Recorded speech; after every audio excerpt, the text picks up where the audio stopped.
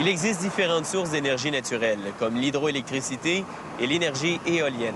Sorte de moulins à vent du futur, les éoliennes sont des machines à hélices qui produisent de l'énergie en tournant. Et les éoliennes ne polluent ni l'air ni l'eau, ce qui est idéal pour ceux qui préfèrent consommer leur énergie nature. Oh, attends une minute.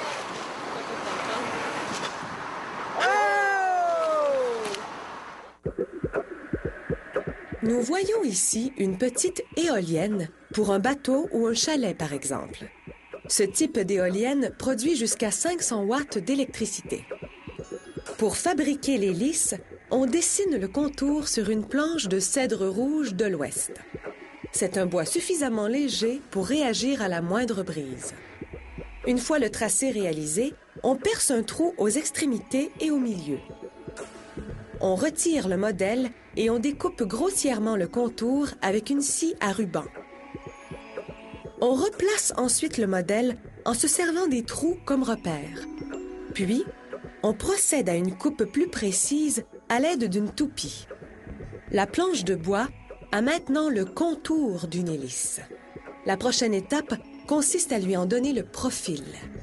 La méthode consiste à boulonner la planche sur le côté droit d'une machine spéciale qu'on appelle une sculpteuse à hélice. Du côté gauche, il y a une maquette d'hélice. Une fois l'angle de la maquette ajusté, on active la machine. En passant sur la maquette, la machine guide un étau limeur qui sculpte le bois exactement comme la maquette.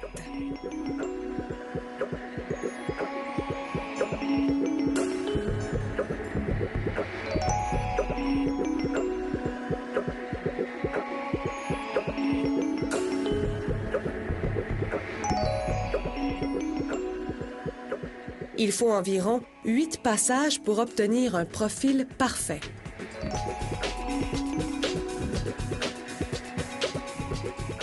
Une fois débarrassé de l'excédent à ses extrémités, on distingue bien le profil de l'hélice. Il y a un côté plat et un côté arrondi comme une aile d'avion.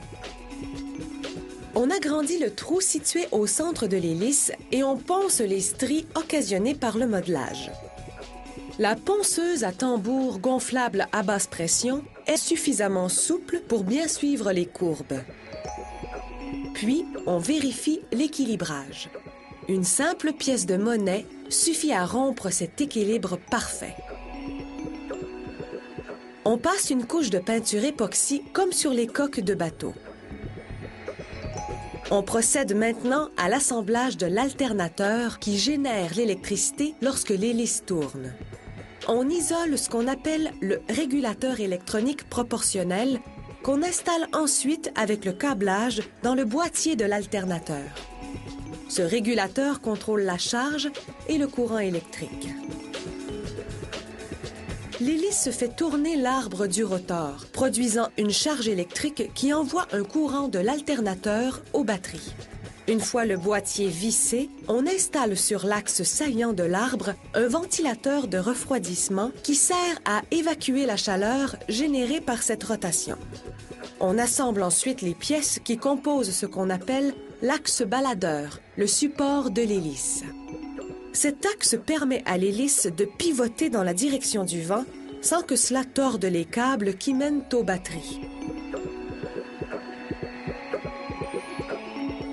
On connecte les fils de l'axe baladeur à l'alternateur. On assemble ensuite le régulateur d'hélice. Ce composant empêche l'hélice de trop tourner et de se briser. Lorsque l'hélice tourne trop vite, la force centrifuge tire sur ses ressorts. Cela active les volets de freinage qui génèrent une résistance permettant de ralentir l'hélice.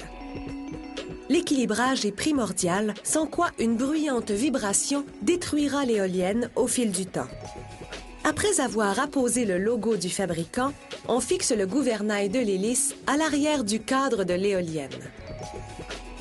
On installe l'alternateur, puis l'hélice et le régulateur d'hélice. Ces deux composants sont peints en noir afin de protéger leur revêtement résistant à l'eau des rayons ultraviolets.